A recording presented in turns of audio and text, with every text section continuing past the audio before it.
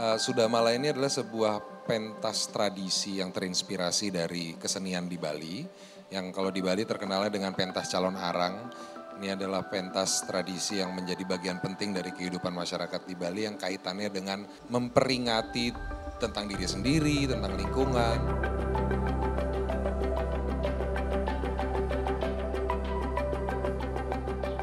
Untuk setiap apapun yang saya buat, saya nggak pernah merasa itu adalah saya sendiri gitu. Ini adalah kolaboratif, ini adalah ide banyak orang, kita hanya ya memberikan ruang sehingga proses kreatif itu bisa terjadi gitu.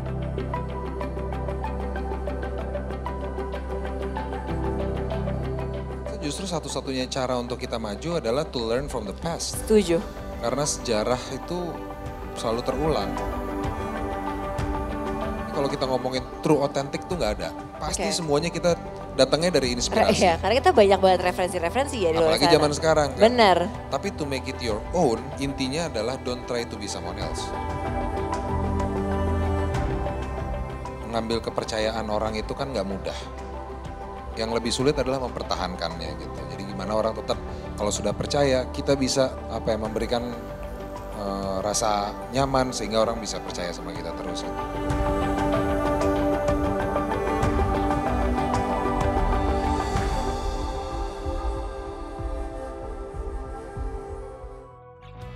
Selamat datang di Ngobrol Sore Semaunya bersama aku Putri Tanjung. Kali ini super spesial karena Ngobrol Sore Semaunya hadir lagi dalam format live on stage supported by Livin by Mandiri. Sekarang Ngobrol Sore Semaunya live on stage special juga hadir di tempat yang tidak biasa, super cantik dan kesempatan yang langka karena bisa ngobrol dengan orang-orang hebat di Puro Mangkunegaran, Surakarta. Livin by Mandiri nikmati gampang dan cepatnya membuka rekening secara online, mulai dari transaksi hingga semua kebutuhan finansial akan terintegrasi hanya dengan financial super app Livin by Mandiri. Nah, kalau ini akun Livinku. Kamu bisa menikmati semua layanan perbankan tanpa harus pergi ke kantor cabang.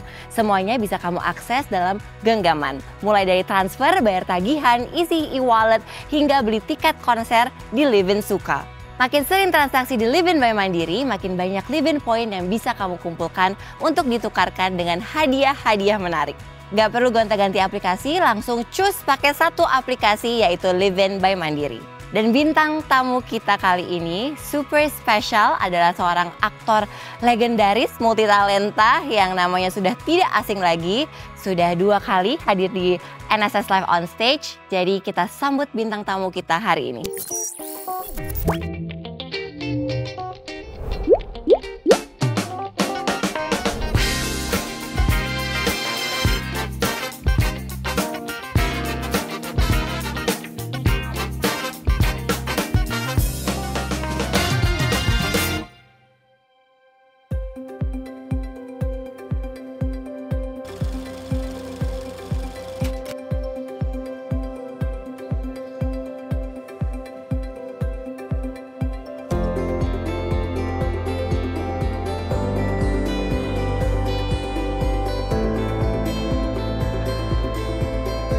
Undang tuan rumah Ngobrol Sore Semaunya, Putri Tanjung.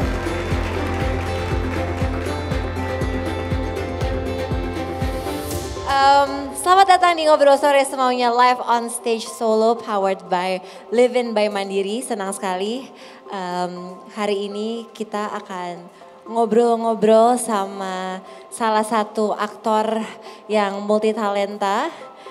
Yang namanya juga sudah tidak asing lagi. Jadi nggak usah lama-lama, kita panggil aja kali ya. Kita sambut dengan sangat meriah Nicholas Saputra.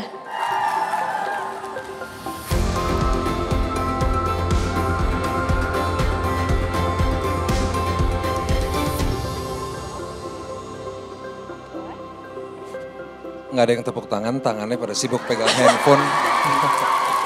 Tangannya pegang handphone semua ya. Tuh katanya ganteng banget katanya, jadi nggak bisa tepuk tangan. Terima kasih. Hai Kak Niko. Halo. How are you? I'm good. How are you? I'm okay, thank you. Great. Jadi Kak Niko ini bersejarah teman-teman karena dalam sejarah NSS Live on Stage baru Kak Niko doang yang kita undang 2 kali. Oh iya. Kita live on stage baru 3 kali. dua live on stage sama Kak Niko. Wah, terima kasih. Terima It's a kasih. pleasure. Dan senang sekali karena hari ini teman-teman di Solo sudah rame sekali dari tadi pagi. Jadi kita langsung ngobrol-ngobrol aja kali ya Kak. Yes, silahkan. Tapi kayaknya nggak seru kalau langsung ngobrol. Pemanasan kita main game dulu Oh, kali ya. kita games dulu, boleh. Gamenya adalah seperti biasa, jawab semaunya. Oh ya. Jadi harus Cepat. harus cepat. Jangan terlalu banyak dipikirkan. Oke. Tapi boleh berpikir. Boleh, oke.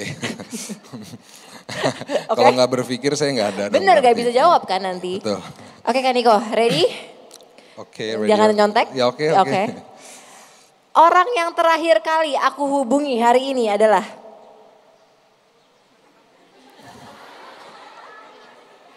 Harus Ayo, jujur ya. Jujur dong. Yang harus saya hubungi hari ini, hari Yang ini terakhir terakhir. agent gue Mas Sulung. Oke, Mas Sulung. Nanya di mana nih Mas turunnya gitu. Oke. Sebelum itu? Sebelum itu tuh Detail ya. baru saya dari Museum Keris di Solo tadi iseng-iseng Oke. lihat. Sebelum itu kontakan Menyenangkan. sama orang di tutup Museum jam berapa Keris. sih? Kayaknya sore tutup. Sore ya. Museumnya Udah ke baru. Lokananta belum? Lokananta belum, tapi nanti pasti ada Seru banget. waktu. Seru ya? Seru banget, kemana aku ke situ. Oke, great. Oke, mood saya hari ini adalah Wah, mood saya hari ini senang, happy, sehat, nggak capek. Senang lah, Alhamdulillah. menyenangkan, selalu menyenangkan kalau ke Solo. Oke. Mood booster saya adalah Cup of coffee. sama. Kopinya apa kan Niko biasanya? Kalau pagi hitam, kalau sore cafe latte. Cafe latte. Pakai oat milk atau standard milk? Pakai standard milk. Oke. Makanan khas Solo favorit saya adalah Aduh banyak ya, apa ya. Saya suka,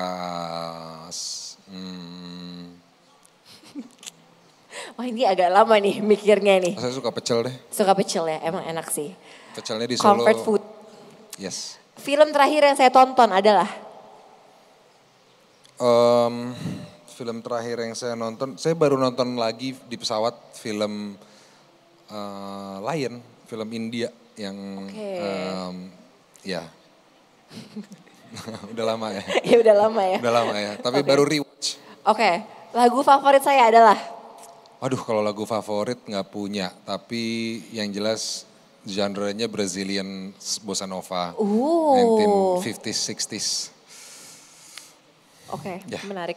Yang terakhir, kebahagiaan menurut saya adalah Kebahagiaan menurut saya adalah hari ini masih bisa bernafas ketemu teman-teman di kota yang menyenangkan, bersejarah dan berbudaya ini. So, the present is happiness. great. Kak Niko, terakhir kita ngobrol itu awal tahun lalu. Yes, di Malang. Ya? Malang, Ya. betul. Dan sekarang udah tengah tahun aja. Iya, Nggak kerasa banget nggak ya? berasa umurnya udah bertambah setahun dari kemarin ya. Kak Niko kapan ulang tahun? Oh masih Masih nama. Februari. Oh Februari, oke. Apa yang terjadi nih Kak? Maksudnya catch me up. Ada apa aja milestone di setengah tahun ini? Di setengah tahun ini yang lumayan intens dan lumayan menyita waktu dan pikiran dan tenaga adalah sebuah acara yang saya produksi bersama Happy Salma di Sini, sudah malah ya? Sudamala di Puro Mangkunegaran yang baru terjadi sekitar sebulan yang lalu. Congratulations. Terima kasih, diterima sangat baik oleh publik di Solo. Kita bikin berbagai macam acara bareng sama Mangkunegaran juga. So, utamanya sih dalam 6 bulan terakhir itu ya, yang memang membutuhkan lumayan intens. Banyak tenaga ya? Banyak tenaga, pikiran, dan waktu. Kak, tapi mungkin untuk teman-teman yang belum update atau yang belum tahu, sebenarnya Sundamala itu apa sih? Boleh nggak ceritain proyeknya apa dan bagaimana acaranya? Ada yang datang nggak kemarin di sini? Oh ada 2 kali nonton, berarti Jakarta juga nonton ya? Oh di sininya 2 kali nonton? Luar biasa. Sudamala ini adalah sebuah pentas tradisi yang terinspirasi dari kesenian di Bali. Yang kalau di Bali terkenalnya dengan pentas calon arang. Ini adalah pentas tradisi yang menjadi bagian penting dari kehidupan masyarakat di Bali yang kaitannya dengan memperingati tentang diri sendiri, tentang lingkungan, dan bercerita tentang sebuah kisah yang asalnya dari tanah Jawa sebenarnya, dari Babat Calon Arang yang sangat populer di Bali, dan di sana dibuat pentas, dan pentasnya itu juga dalam perkembangannya gabungan dari berbagai macam jenis jenis pementasan tradisi di Bali gitu. Jadi ada yang kayak operanya Bali, terus juga ada dulu drama gong namanya, jadi kayak lawaknya, kayak ketopraknya gitu. Jadi digabungkan dan itu sangat populer dan berkembang di Bali. Kita coba bawa keluar Bali ke Jakarta waktu itu dan sangat sukses. Kita coba bawa di Solo, ke Solo juga, ternyata juga Alhamdulillah. resepsinya loh sangat baik. Berarti nextnya kapan lagi nih Kak Niko? Doakan ada lagi tempat-tempat lain. Amin. Apa dibikin di Solo lagi? Amin. Kan udah nonton 2 kali, masa nggak bosen? Di Jogja Kak Niko katanya Jogja. Di Jogja, boleh nanti kita usahakan. Kak, tapi seberapa penting acara itu atau proyek itu untuk Kak Niko, dan seberapa penting sih sebenarnya kita tuh harus membawa budaya Indonesia untuk dikenal lebih banyak orang? Penting sekali ya buat saya, karena ini pertama kali saya memproduseri sebuah pentas bersama dengan Happy tentu saja, Happy Salma dan Titi Mangsa. Dan ini kan proyek kolaboratif ya, saya kenal Happy udah lama, tapi nggak pernah bekerja sama. Jadi ini juga sebuah proyek yang menyenangkan lah untuk dibuat. Ini kolaborasi banyak sekali pihak, dari tim teknis Jakarta, ketemu tim tradisi, penari-penari tradisi di Bali. Ini buat saya sih secara personal sangat berkesan dan sangat penting di kehidupan saya juga ya, karena selain membawa cerita atau membawa sebuah tradisi bisa muncul kembali, diperkenalkan ke permukaan, dan mungkin dibawa keliling kota, itu tuh sebuah kebanggaan. Kak Niko, apa tantangan terbesarnya membuat sebuah pentas? Take us behind the scene. Oke, behind the scene ya. Yang pertama riset. Oke. Jadi pentas itu tuh nggak muncul begitu saja, tidak disiapin 1-2 bulan. Riset itu kan sebenarnya kalau misalnya secara teknis ya, kita ngomongin kita meng-create atau menciptakan sebuah acara besar, film, pentas, itu kan sebuah acara yang sangat kompleks ya, menggabungkan segala macam unsur, penontonnya umum banyak. Nah ini tuh membutuhkan persiapan teknis yang cukup panjang, mulai yang kita sebut dengan riset. Ya riset, mencari inspirasi dulu, mau cari bentuk, itu kan kita nonton dulu berbagai macam acara, cari sumber literasi, ngobrol dengan para tokoh, mencari pengetahuan yang terkait dengan itu. Tapi sebenarnya sebelum-sebelumnya juga ini ada sebuah perjalanan kehidupan kita yang nyampe ke situ juga gitu. Jadi kadang sesuatunya itu nggak bisa dipaksakan gitu. Jadi emang harus menjadi bagian dari diri kita sendiri. Nah habis riset mandiri nih ibaratnya saya dulu gitu sama Happy, kita mencari bentuk. Nah begitu sudah ketahuan kapan mau dibuatnya, formatnya seperti apa, baru lebih intens. Ngobrol, cari format. Yang paling susah adalah ketika kita harus men-challenge ide kita sendiri. Ya. Kadang kita terlalu percaya diri. Betul.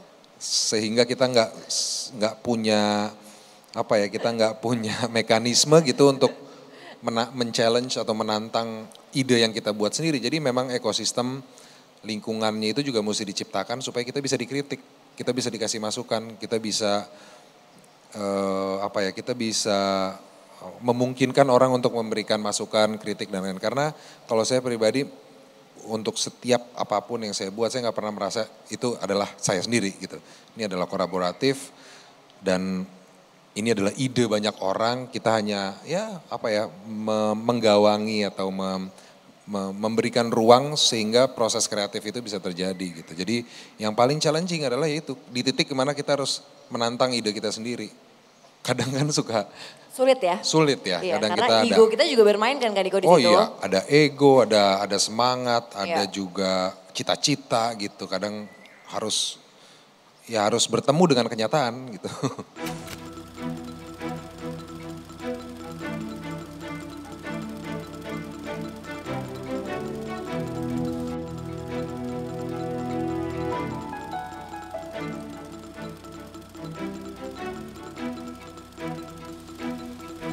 Tapi Kak Niko saat membuat ini dan dibawa ke kota Solo, itu udah terbayang belum sih kalau ternyata animonya akan segitunya?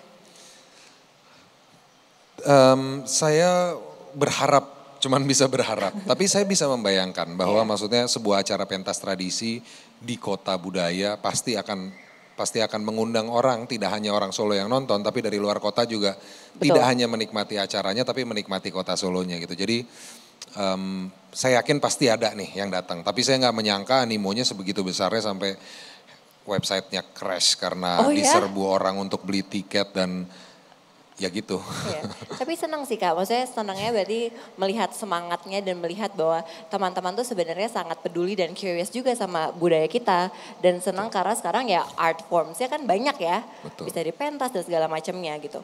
Nah menurut Kaniko bagaimana cara kita ini sebagai generasi muda bisa terus ikut bangga dan merasa penting banget terhadap budaya kita. Gimana sih cara kita bisa melestarikan budaya kita, tapi step-step yang kecil-kecil aja kan Niko? Sebenarnya sih saya yakin banget kok kalau kita karena kita tumbuh dan besar di apalagi tinggalnya di kota seperti Solo yang pusat kebudayaan penting di Indonesia, pasti kita tertular gitu. Pasti di dalam kita tuh pasti ada gitu rasa penasaran atau rasa getaran ketika kita menikmati sebuah acara yang mendengar musik gamelan aja itu sensasinya beda banget sama kita dengar musik band atau apa. Pasti ada getaran itu. Nah, sebenarnya mungkin kalau misalnya untuk membangkitkan atau untuk mengkonservasi terus tetap menjadi bagian dari kehidupan kita harus pelan-pelan kita buat sendiri. Gitu. Jadi dari hal-hal yang kecil ya. Paling enggak ketika kita pasif menjadi penonton, datang ke acara-acara tersebut. Kadang-kadang kita juga nggak pernah tahu apa yang kita dapat gitu. Itu kan penuh apa ya, itu kan kaya sekali ya sejarah atau heritage kebudayaan di Indonesia kan sangat kaya gitu. Benar. Jadi sebenarnya kalau kita datang tuh pasti kita nggak tahu lah apa yang akan kita dapat gitu. Benar. Beda sama kalau misalnya kita nonton konser kita udah tahu lagunya apa gitu. Benar. Tapi pengalaman-pengalaman yang lain, surprises itu tuh dapat banget. Ini unik sih Kak, karena kita kan sekarang lagi di era yang sangat maju dengan ada teknologi dan segala macamnya.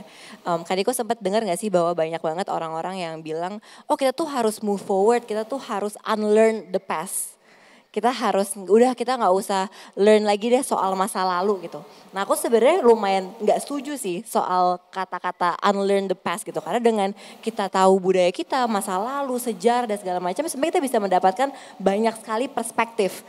Kalau Kak Diko sendiri, gimana tanggapannya soal banyak orang yang merasa bahwa udahlah kita maju aja, kita nggak usah inget-inget lalu-lalu. We should unlearn the past gitu. Menurut Kaniko gimana? Saya rasa justru satu-satunya cara untuk kita maju adalah to learn from the past. Setuju. Karena sejarah itu selalu terulang.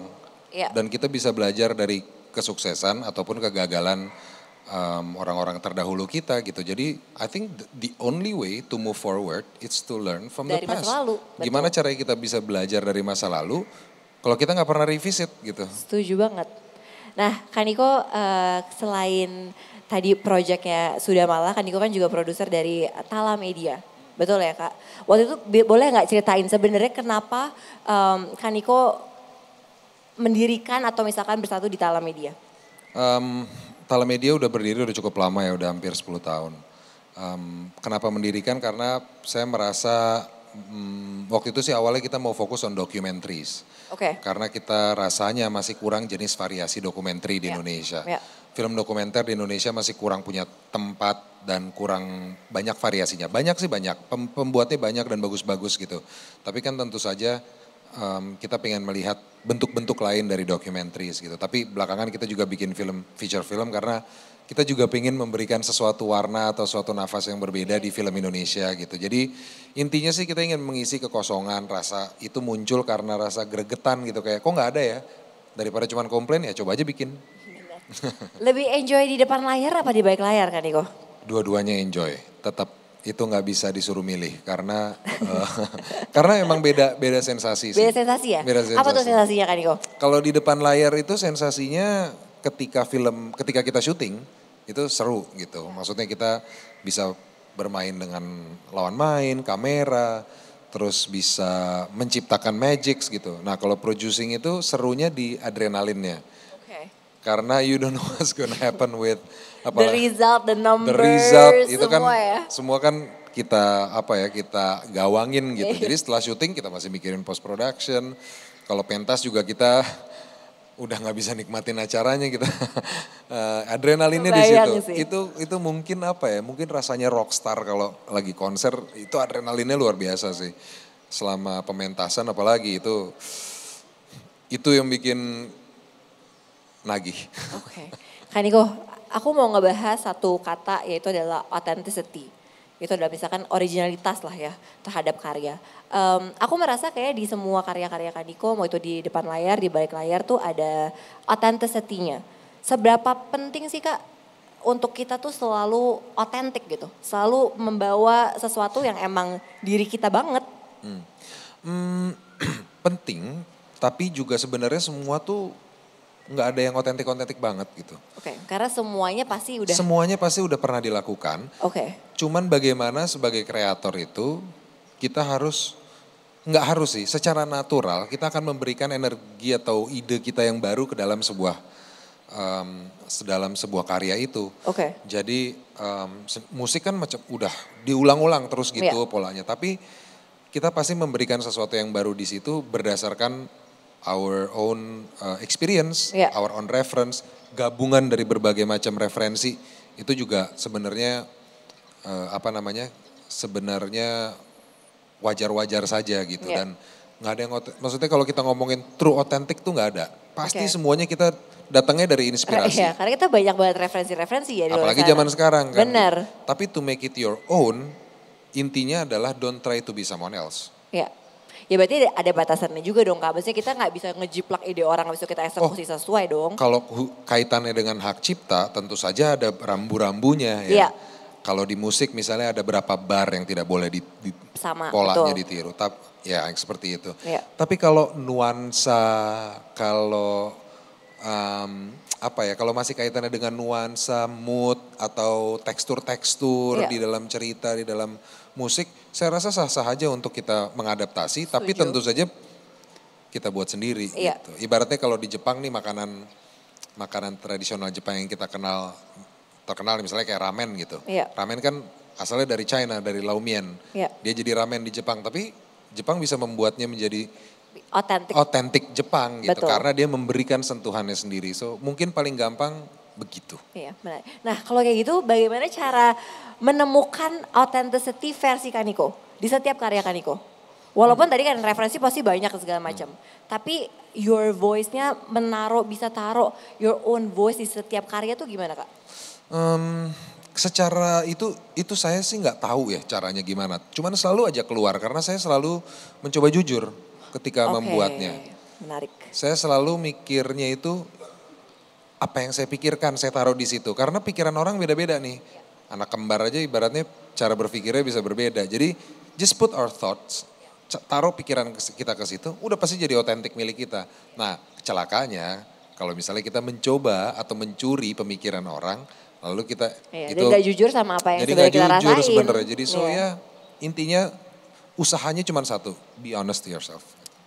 Bagus. Oke, teman-teman, tadi aku udah bertanya beberapa pertanyaan. Sekarang aku mau berikan kesempatan untuk teman-teman untuk bertanya ke Kaniko. Siapa yang mau bertanya duluan? Kaniko silahkan dipilih. Dipilih. Mau yang mana duluan Kak? Yang pakai hijab ungu. Yang pakai hijab ungu, oke.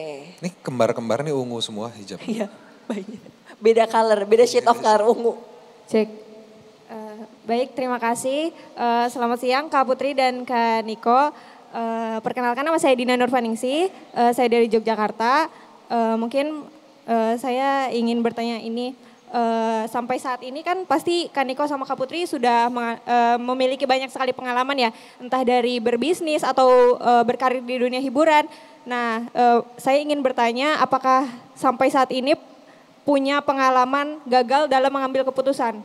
Kalau misalkan pernah, bagaimana cara Kak Niko dan Kak Putri mengatasinya? Terus kalau belum pernah, bagaimana? Apakah ada tips nggak buat kita supaya nggak salah mengambil keputusan? Silakan Kak Mungkin Niko. seperti itu, terima kasih. Putri, pertanyaan Putri juga. Terima kasih pertanyaannya. Mungkin bukan gagal dalam mengambil keputusan ya, tapi salah mengambil keputusan yang berakibat kegagalan sebuah hal gitu. Menurut saya jangan takut untuk melakukan kesalahan. Karena itu adalah pelajaran paling baik. Bukan paling ideal, tapi bisa jadi paling baik. Karena kita jadi kapok gitu. Dan kita mengingat betul kalau keputusannya salah atau keputusannya seperti ini kurang kita pikirkan, gak mikirin yang lain, ya tentu terjadi kegagalan. Tapi kegagalan itu pasti terjadi kok dalam kehidupan kita dan gak mungkin dihindarin dan itu justru penting. Jadi jangan meratapi gitu, jangan meratapi kegagalan. Yang paling penting adalah bagaimana kita belajar dari kegagalan itu. Semua orang hebat saya rasa di dunia ini pasti pernah mengalami kesalahan, kegagalan. Tapi itu adalah bagian dari kesuksesan kok. Setuju? Jangan takut.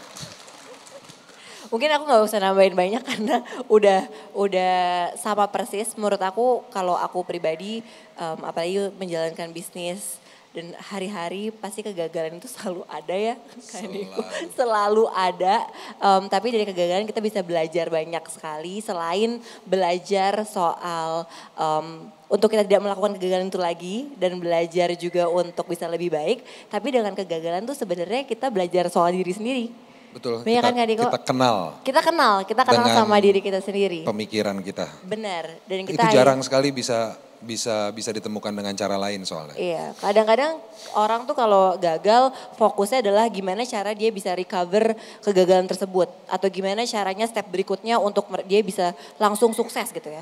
Tapi sebenarnya dengan kegagalan itu justru kita bisa mengenal diri kita sendiri dan sebenarnya dari kegagalan ya udah aksi untuk kitanya mau apa nih gitu. Untuk diri kita sendiri, apa yang kita benar-benar belajar gitu. Dan itu sebenarnya penting banget sih untuk ada selain langsung tadi bener. Jangan takut karena pasti kegagalan ada terus dan kita emang harus menjadi lebih baik. Tapi mungkin juga penting sekali setelah habis gagal, diem sejenak dan berpikir kenapa ya kemarin tuh aku memutuskan untuk melakukan itu, reasoningnya apa. Terus kayak lebih mengenal diri sendiri aja gitu dan take time kok gak apa-apa. Maksudnya dalam arti kalau misalkan gagal pasti ada rasa sakit, ada rasa kecewa itu gak apa-apa. Tapi ya jangan sampai rasa-rasa itu menghalangi kita untuk mencoba lagi gitu. Kalau kayak kita ngomong ini kayak gampang kan, tapi susah. waktu ngadepinnya. Susah banget. Saya ngerti, pasti berat banget. Berat banget. Karena kita bisa ngomong kayak gini, besok kita menghadapi masalahnya juga. Benar, nangis juga di kamar, dia sama aja. Tapi ya it's part of life. Betul, itu serunya hidup. Seru. Oke, pertanyaan kedua silakan, Kak Niko pilih. Apa hijab ungu juga yang di belakangnya, saya agak. Yang Sisi di sebelah kanan sana kali deh, ya. yang pakai kacamata. Oh ya, paling belakang ya. Enggak, ini yang mana? kedua, yang ini pakai kebaya. Wah. Kebaya. Oke, selamat siang Kak Putri, Kak Niko. Perkenalkan, nama aku Mega dari Yogyakarta.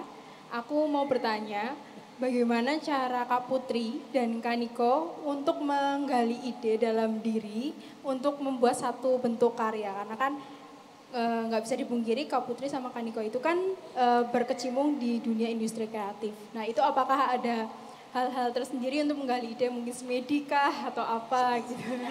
Terima kasih. Gimana Kak Niko? Tapi sebentar deh, saya mau nanya deh. Coba boleh dikasih mic-nya lagi. Boleh tahu nggak kenapa kamu nanya kayak gini? Mungkin lagi ngerjain project atau latar belakangnya apa? Ya sebenarnya aku lagi bangun sebuah aku suka ngomong dan lagi ngebuat satu platform podcast juga.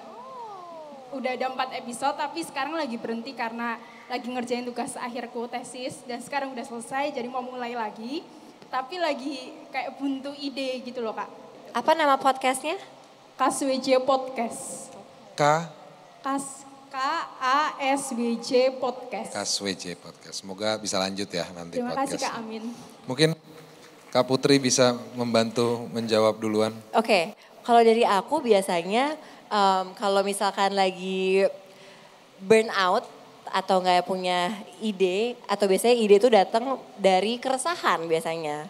Karena apalagi aku banyak kegalauan ya di keseharian dan banyak juga keresahan dan banyak sekali permasalahan yang kayak pingin banget deh kayak diselesain. Nah biasanya itu di situ muncul kayak ide-ide baru dan ide-ide kreatif yang kayaknya bisa aku jalanin. Sama yang kedua dari apa yang lagi aku passionate about dan curious about. Jadi apa sih sebenarnya yang aku tuh lagi penasaran, yang lagi pingin belajar atau yang pingin aku dalami gitu. Nah biasanya ide-ide tuh juga muncul dari sebuah isu atau sebuah fenomena yang aku lagi pingin sekali mendalaminya gitu. Nah sebenarnya podcast Ngobrol Sore Semaunya ini juga salah satunya muncul idenya karena pingin banget ngobrol sama orang-orang seperti Kaniko untuk mendapatkan insight-insight baru tapi dibawanya semaunya, nggak perlu ada struktur pembicaraan dan lebih santai dan semoga yang dengerin bisa lebih mengerti dan mendapatkan intinya gitu. Waktu itu awalnya mulainya dari situ karena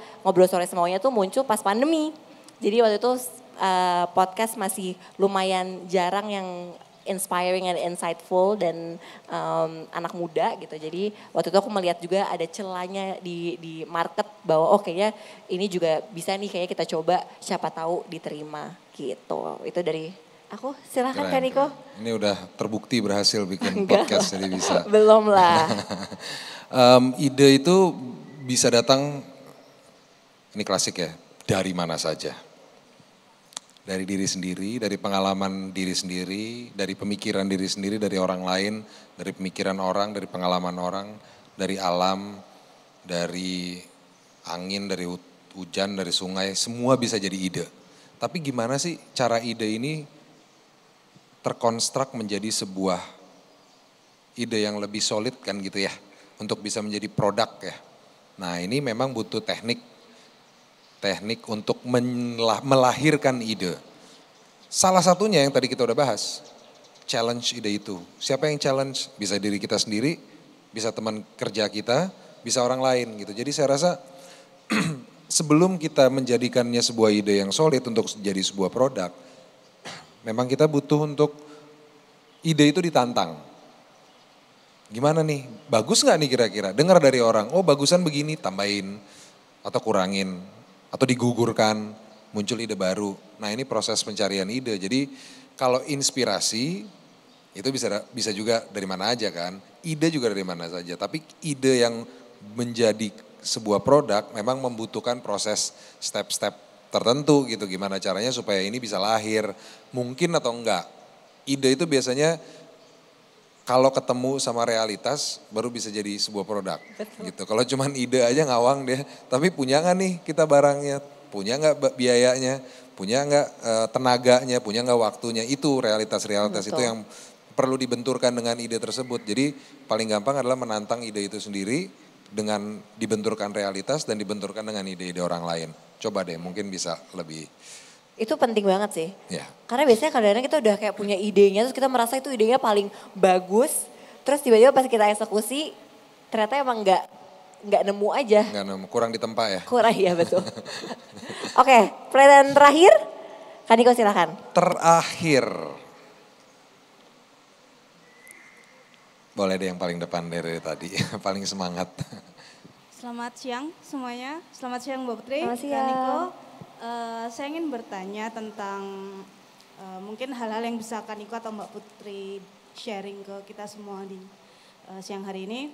Gimana sih Kak, mungkin dari kalian berdua untuk menanggapi tentang sebuah bakat-bakat yang anak-anak muda punya, misalkan dari segi kesenian atau bakat apapun itu, khususnya anak muda yang ada di daerah, tapi mereka itu tidak bisa menyalurkan bakat mereka untuk menjadi yang ke tingkatan yang atas gitu loh Kak. Gitu.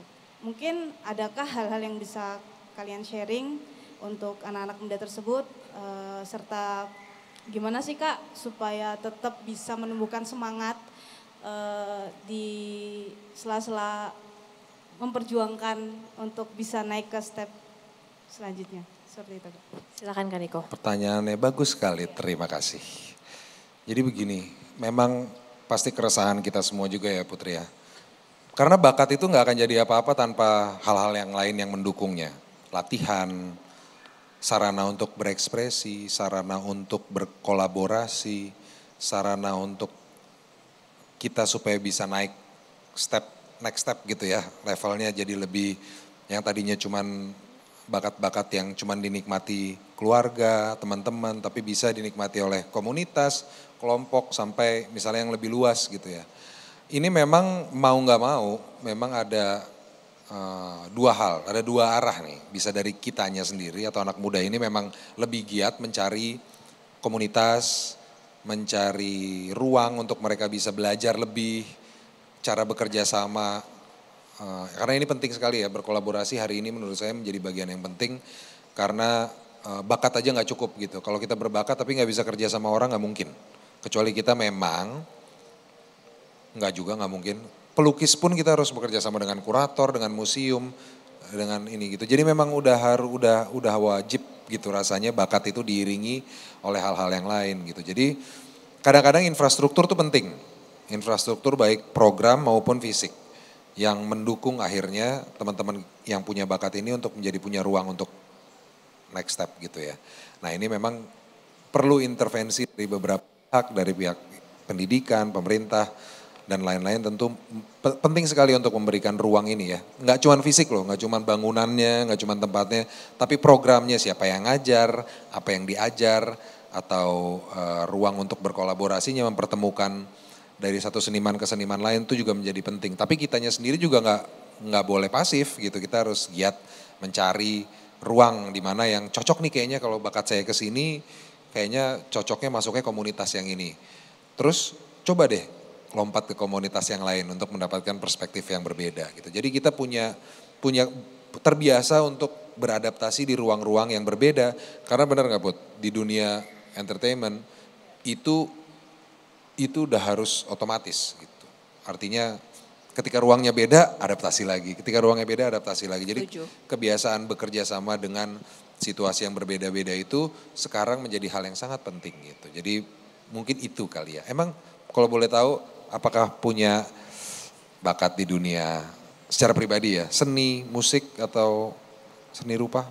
Sebenarnya pertanyaan ini berawal dari keresahan diri sendiri dan ngelihat lingkungan sekitar sih Kak. Sebenarnya kan saya kan dari Jawa Timur sebenarnya aslinya. Terus saya ngelihat di Jawa Timur itu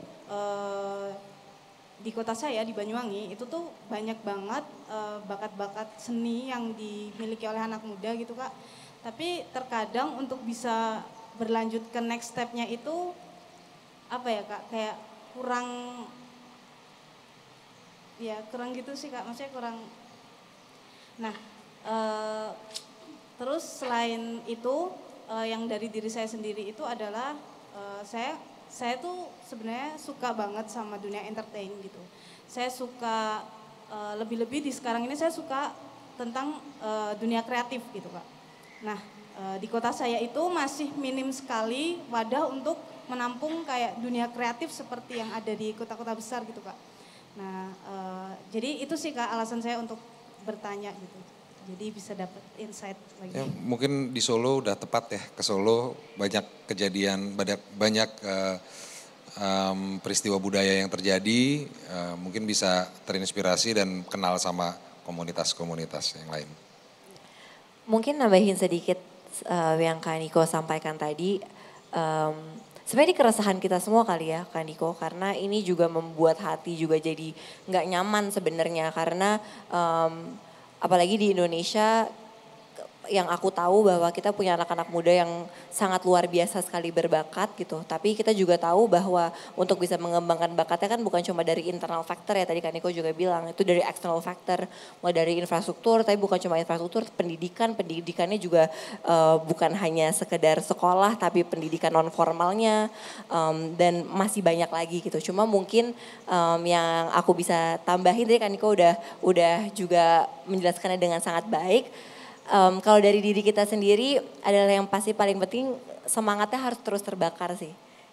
itu dan menjaga konsistensi semangat kan kadang-kadang sulit ya Kak Niko. Tapi memang penting banget untuk kita selalu punya tujuan gitu ya, punya goal-goal kecil yang kita ingin capai gitu. Dan jangan takut untuk kita punya goal besar gitu dimanapun kita berada gitu. Walaupun kadang-kadang mungkin memang kita tidak se-privilege yang lain atau mungkin di kota kita infrastrukturnya dan aksesnya dan opportunity-nya tidak sebesar kota lain. Tapi semangatnya itu jangan terbakar gitu. Karena dengan ada semangat itu dan tujuan itu kita jadi mau membuka diri untuk mencari opportunity yang ada gitu.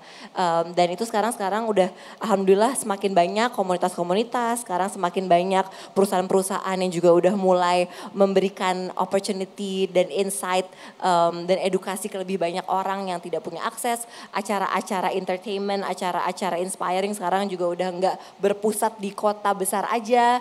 Jadi semoga pelan-pelan nih kita bisa semakin lebih banyak untuk PR untuk kita semua, apalagi untuk kita-kita yang lebih punya opportunity lebih banyak dan privilege yang lebih untuk bisa membuka akses ke sesama teman-teman industri kreatif ya Kak Niko untuk bisa mendapatkan kesempatan dan akses yang sama. Karena kita emang, maksudnya saya tumbuh dan besar di dunia entertainment dan bila membandingkan 2001 dan 2023 sekarang, wow, you have more privilege. Betul. Sekarang sebenarnya. Tapi di saat yang bersamaan saingannya juga lebih banyak.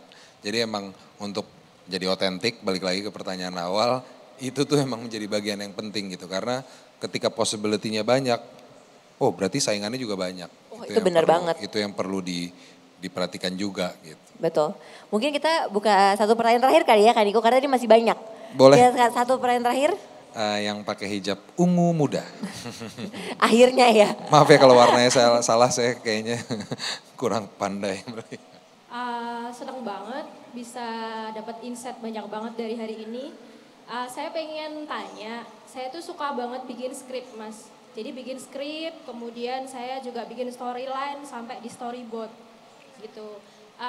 Yang pengen saya tanyakan adalah setelah tadi orisinil, kemudian bagaimana membuat ide yang konstruktif, kita akan sampai di mana kita harus relate dengan pembaca kita, dengan segmentasinya kita. Dan terkadang ketika kita berusaha untuk relate, kita akan dibenturkan dengan dua hal, yaitu kebutuhan dan juga tentang kemauan.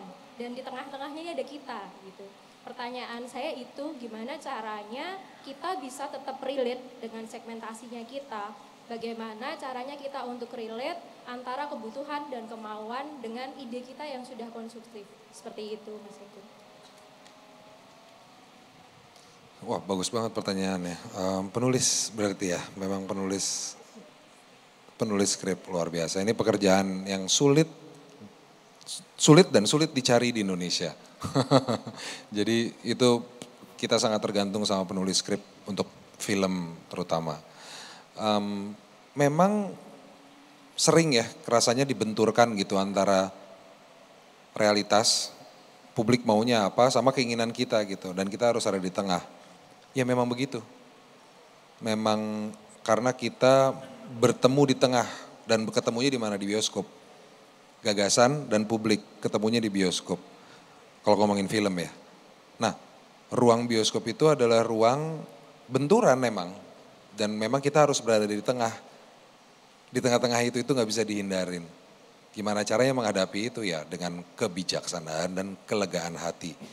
Itu juga bukan hal yang mudah karena kadang-kadang balik lagi ya kita ketika ditantang idenya kita jadi kok nggak pede atau gimana. Tapi ya itu bagian dari situ dan memang itu kenyataannya kok. Pertemuan antara keinginan publik dan keinginan kita gitu.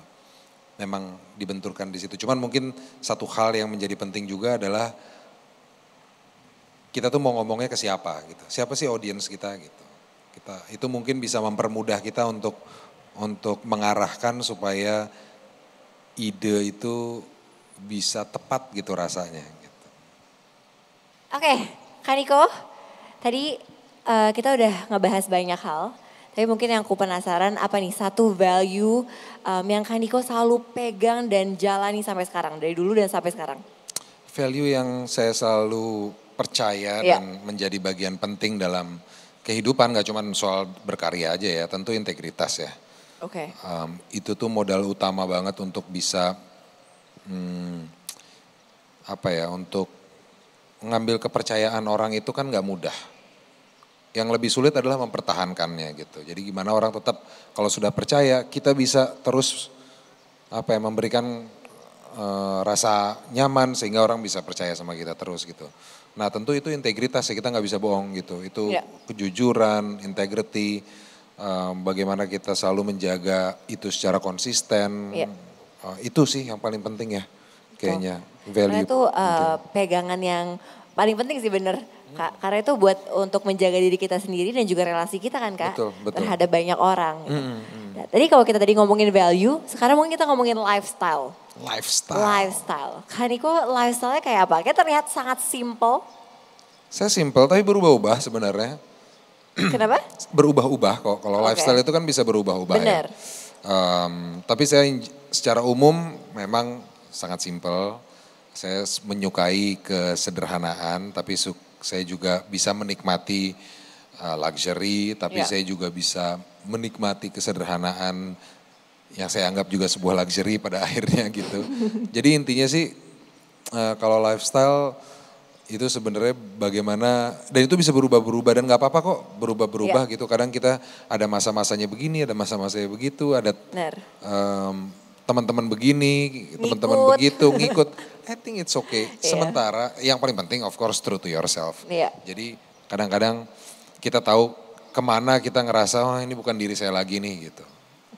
It's terlalu jauh gitu. Tapi artinya jangan kita terpenjara oleh ide tentang diri kita sendiri. Betul. Gitu, dalam lifestyle gitu.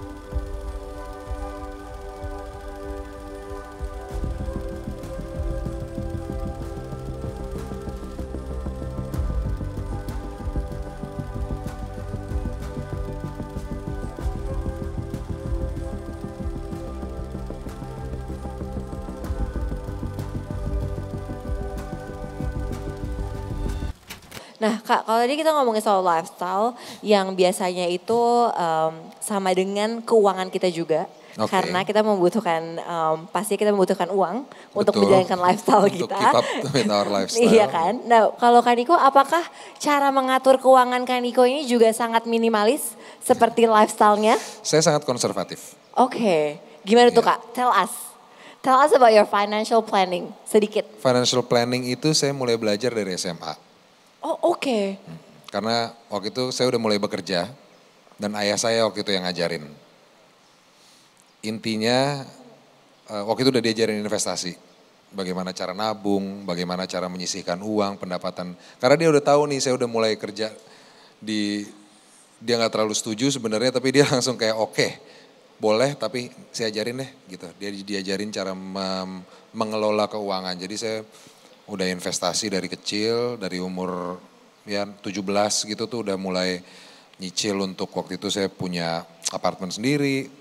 Terus habis itu apartemen mau diapain, mau disewain, hasil sewaannya buat apa? Oh itu sewaannya untuk bayar cicilan dan untuk nambah lifestyle gitu.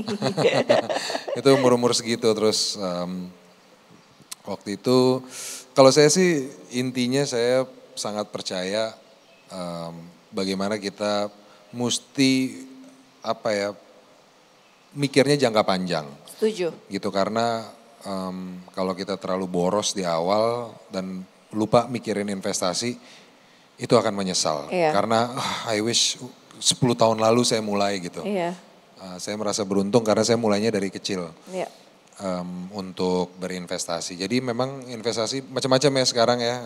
Ini ada Mandiri mungkin bisa tanya-tanya sedetail apa soal investment, ada bisa di di reksadana atau di properti atau apa atau di bisnis. Di emas atau berbisnis bisa gitu. Dan intinya sih saya sangat konservatif. Penting sih. Jadi jangan sampai lifestyle saya menentukan bagaimana saya bekerja. Tapi bagaimana pekerjaan saya bisa memenuhi lifestyle saya. Jangan kebalik-balik ya Kak? Jangan kebalik-balik. Jangan lifestyle dulu, tapi investasi financial planningnya dulu gimana sehingga saya bisa nih sebulan dapat segini sehingga yang bisa saya beli ini. Saya traveling bisanya begini. Jangan kebalik gitu. Betul. Dan juga sekarang karena semuanya serba digital, jadi mengatur keuangan udah tinggal gampang sekali. Contohnya bisa di Livin by Mandiri, semuanya sudah ada di situ, satu aplikasi. Bisa beli macam-macam, bisa beli saham, bisa. Itu hebat banget sih menurut Jadi saya. udah tinggal hanya satu aplikasi, kebutuhan finansial kamu sudah pastinya Dulu udah tuh repot terjamin. banget loh, dulu repot banget loh. Iya dulu repot banget. Dulu harus ke bank, Bener. harus tanda tangan. Bener. Sekarang semuanya bisa Di langsung satu aplikasi. online. Hebat. Luar biasa Beruntunglah memang. dan gunakanlah, itu penting. Nah Kak, karena kita tadi udah ngebahas banyak banget ya, udah bersemaunya mulai dari value, karir, finansial. Mungkin ini adalah pertanyaan terakhir. Ya. Mulai adem soalnya, mulai enak udaranya ya.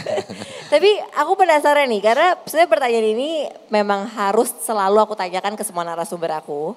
Dan Kak Niko sebenarnya sudah pernah menjawab. Oh ini pertanyaan. Iya, tapi aku penasaran apakah berubah apa enggak nih. Coba ya. Coba lagi Coba ya pertanyaannya, Kak saya Niko. ingat-ingat. Kalau Kak Niko 5 tahun lagi, ya udah kayak udah mulai hafal nih. Nonton episode kita di hari ini, apa yang Kak Niko sekarang ingin sampaikan ke Kak Niko di 5 tahun mendatang? Oh ke dia justru. Iya. Apa yang Kak Niko sekarang ingin sampaikan ke Kak Niko di 5 tahun lagi? Yang sedang ceritanya menonton.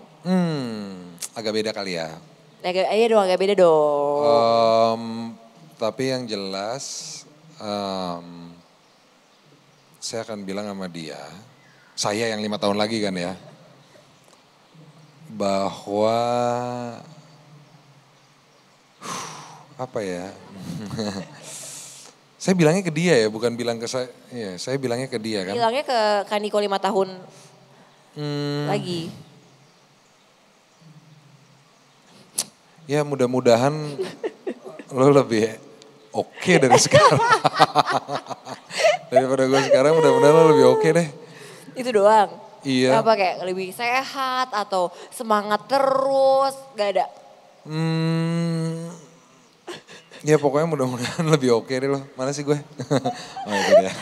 Oke, tepuk tangan semuanya buat Kak Niko. Kak. Yang saya ingat waktu itu bilang katanya orang-orang biasanya nangis apa gitu. Iya. Gue tetap gak serius ya. Tetap gak serius. Yang kemarin juga gak serius deh Kak Niko. Enggak ya, ya mungkin karena I take myself casually to myself. Iya, ya bagus. Kak Niko thank you so much. Thank you so much. Selalu senang Putri. bisa ngobrol-ngobrol sama Kak Niko. Selalu senang juga diundang, ketemu teman-teman, great place, great crowd. Dan terima kasih teman-teman yang sudah hadir pada hari ini dari pagi sampai sekarang. Terima kasih banyak, semoga bisa mendapat insight-insight dari pembicara-pembicara kita yang sangat luar biasa hari ini. Dan terima kasih untuk teman-teman semua yang selalu setia nonton Ngobrol Sore Semaunya dimanapun kalian berada.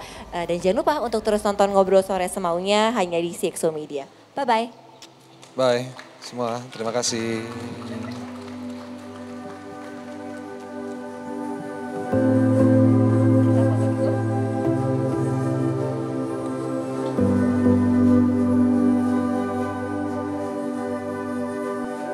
you.